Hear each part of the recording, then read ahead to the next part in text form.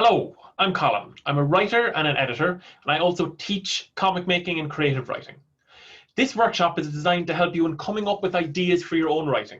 But before we begin, I want to emphasize one really important thing. This workshop will not be of much benefit to you unless you participate. This isn't supposed to be me just talking for 15 minutes. It's supposed to be a workshop. That means you working alongside me. So before you begin, pause the video, go get a pen and paper, laptop, whatever you want to write with, anything at all, and follow along then. If you don't, you just won't get as much from watching this. All of the activities are quick, and overall the workshop is really short as well. Okay, so let's begin. So I've been doing creative workshops of one kind or another for close to 5 years now. And the biggest thing I've learned in this time is that coming up with ideas is easy. Honestly, no one was more surprised to learn this than I was. I didn't think coming up with ideas was easy, and I'm pretty sure you don't either, or you wouldn't be watching this. So here's what happened. Here's how I learned this. When I was doing writing workshops with teens, I would always ask what subjects they wanted to cover. Descriptions, endings, writing good characters, dialogue. And one thing I was always asked about was coming up with ideas, which made sense. That was something that was difficult for me as well. So then, when I was doing your workshops with younger people, I started to incorporate this as well. I would say, okay, now I'm going to spend some time helping you all come up with ideas. And they'd look at me real funny, like, why would I need help coming up with ideas? What are you talking about? Why are you being weird? Here's the thing with kids under 10 years old.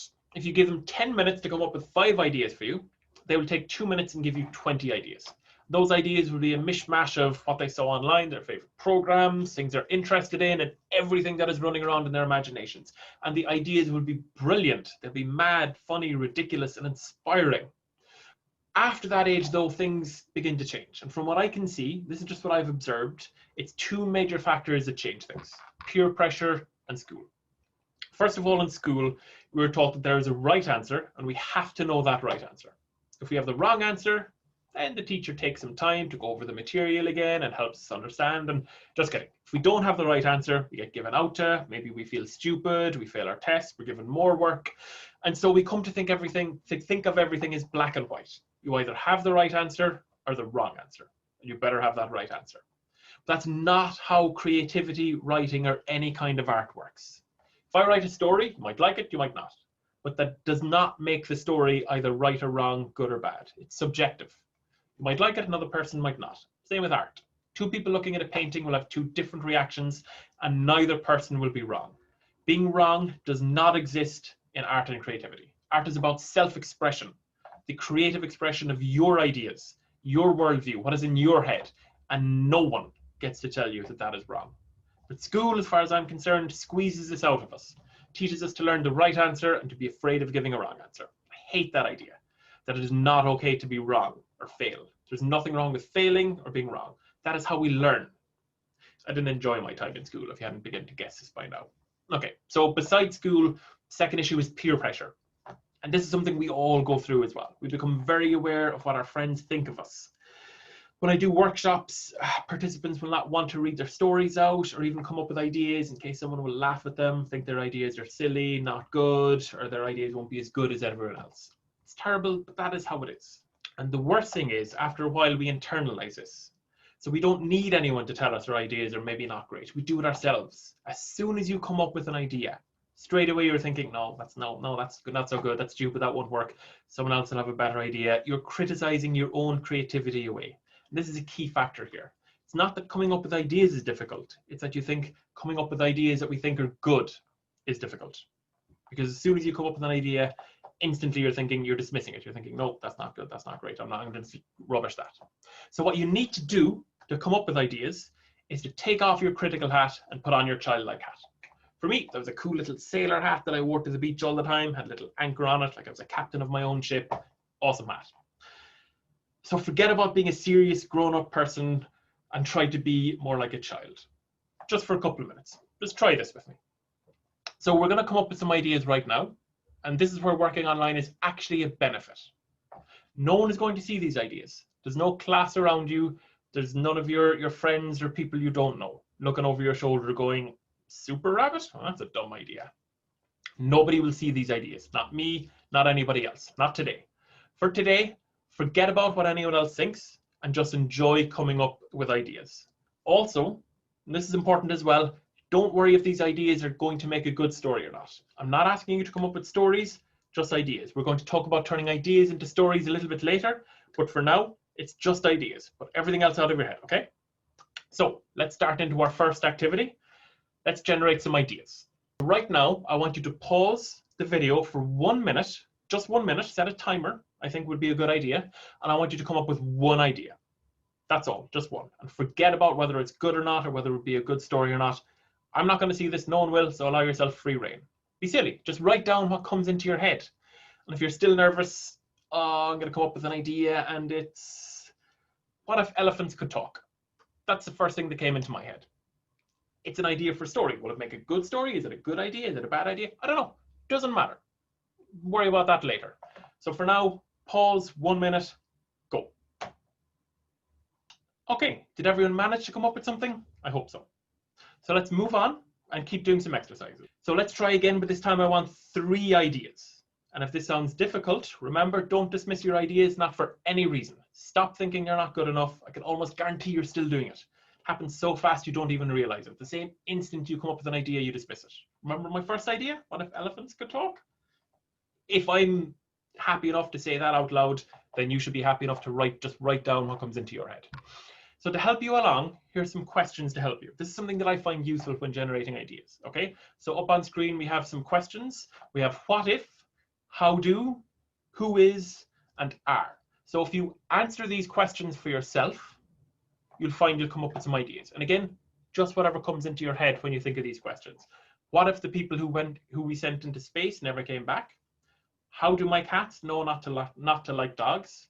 Who is responsible for the weather forecast? And are my cats werewolves?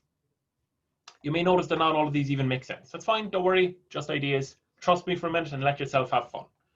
And again, this is not coming up with good ideas or stories, it's just coming up with ideas. So pause the video, 1 minute, and go. Finished? Okay, fantastic. You'll notice that all of my ideas are sort of silly, over the top nonsense. That's just the way I think. Your questions, your ideas could just as well be, what if I did ask them out? Who is that person I see hanging around my house at night? And how do I know if I'm a good person? Okay, now let's keep going. One more exercise. I want you to take one of your questions, one of the questions you came up with there, and come up with 3 answers to that question. For example, what if the people we sent into space never came back? So I have 3 sort of answers, 3 different answers to that question.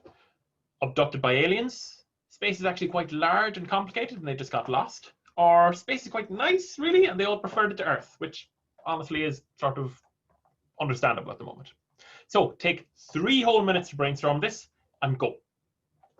Okay, I hope you're all following along and trying these exercises at least.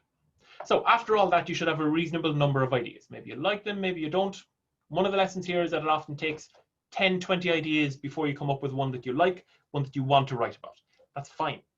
Each idea can then lead you to 3 or 4 more ideas, and each of these ideas can lead to more and more and more. Say, for example, to follow on again from my original question, and the answer I got was space is quite nice, really. So 3 sort of different follow-ons to that. Space is nice because they met some nice aliens and they live on their planet now. Or there's a terrible secret in space that no one on Earth will ever know, so they can't return home. Or there's wizards in space. I don't know. If I had dismissed my original idea, I would never have gotten anywhere. I still don't know if any of these ideas are good enough for a story. Guess what? That takes work. So all of this leads us on to the second part of our workshop. And this is a really important lesson to learn as well. And it's that your idea is not your story. It's just a starting point. If you're not sure if your idea is good enough or not, don't rubbish it out of hand. Explore it, expand it, spend some time with it. So what exactly do I mean when I say your idea is not your story? If you think this idea isn't really great, it's not going to make a good story. The thing is, your idea is just one small part of your story. Your story is also the characters that you will come up with afterwards. Their dialogue, relationship, jokes, the humor, the setting, the tension, the language, the mystery, the twists. There's so much more, and it all comes after your idea. These are all things that can make a story great. So at some point you need to take one of your ideas, whether you think it's good, bad, or indifferent, and spend time working on it. See what story you come up with. That's what it means to be a writer. It's not sitting around waiting until a sudden flash of inspiration and you write the next Game of Thrones or Lord of the Rings. It means hard work. That hard work is, by the way, more important than your initial idea. Taking that idea and crafting it into a story, that's what being a writer is. That's where the work is. Some good recent examples of this. One recent example of this, I think, is a show on Netflix called Schitt's Creek. It's not a book, it's a comedy series. You can watch it. I had to be convinced to watch it myself because the premise, the idea behind it, is totally uninspiring. The idea is that a super rich family lose all of their money overnight and they're forced to move to a crappy small town and to be really poor. I thought, great, that's never been done before, 100 times. Fish out of water, learning the true meaning of family, happiness, learning money isn't important, rich people to poor people. 6 seasons later, I was devastated to watch that show go because I love the characters, their relationships, their connections, the feeling of place and of belonging, the humor. And none of this was in the idea. This is all afterwards. This is in the execution of the idea. There's so many examples of this. Every James Bond film that's ever been made. Same idea, just different nonsense thrown on top, you know? My own favorite novel, Station 11 by Emily St. John Mandel. It's all about people surviving in different communities after an apocalypse. So sort of a post-apocalypse world. And again, post-apocalypse? Wow, no one's ever written that before. But it's the characters, relationships, beauty of her writing, what she does with that idea. It's 101 different things, all of which goes to say your idea isn't even that important a lot of the time. So stop putting so much emphasis on it and get on with your writing. All it takes to be a writer is to write. I have plenty of stories that I finished and didn't think were good enough to submit, but I learned something from writing every one of those. Every story you write, you will learn something from. But you won't learn much if you just stop with your ideas. So just pick one of your ideas. This is your final exercise after the workshop. Expand it, spend some time with it, write it, see what happens. Maybe you won't like it. That's fine. You will get something from writing it. You will have written a story. And that's what it takes to be a writer. As it turns out, while I've been recording this, I've been thinking about my elephant idea. So what if elephants could talk? So the idea I have for that story is the world wakes up one morning and elephants can talk. No one knows why. Scientists are amazed. It's the greatest thing that's ever happened in the history of the world. And they spend days, weeks, months studying elephants. And this is totally fascinating and it's amazing. And it turns out that elephants are sort of boring. They like to talk about grass and the prairies and drinking water and eating grass again. They love to talk about eating grass. And after a couple of months, the novelty sort of wears off and scientists get really bored with talking to elephants. And after a couple of years, no one cares anymore and people actually avoid going near elephants because my God, are they boring. And yeah, that's my story. I think it's kind of fun. And yeah, when I first came up with the idea, I have to say, I thought, wasn't really sure about it, but you know what? Silly fun idea. I think I'm gonna go write it. So I would like you all to go and write a story now and enjoy it. Have fun. That is the most important thing. Writing and creativity is supposed to be enjoyable and to be fun. It's about expressing yourself.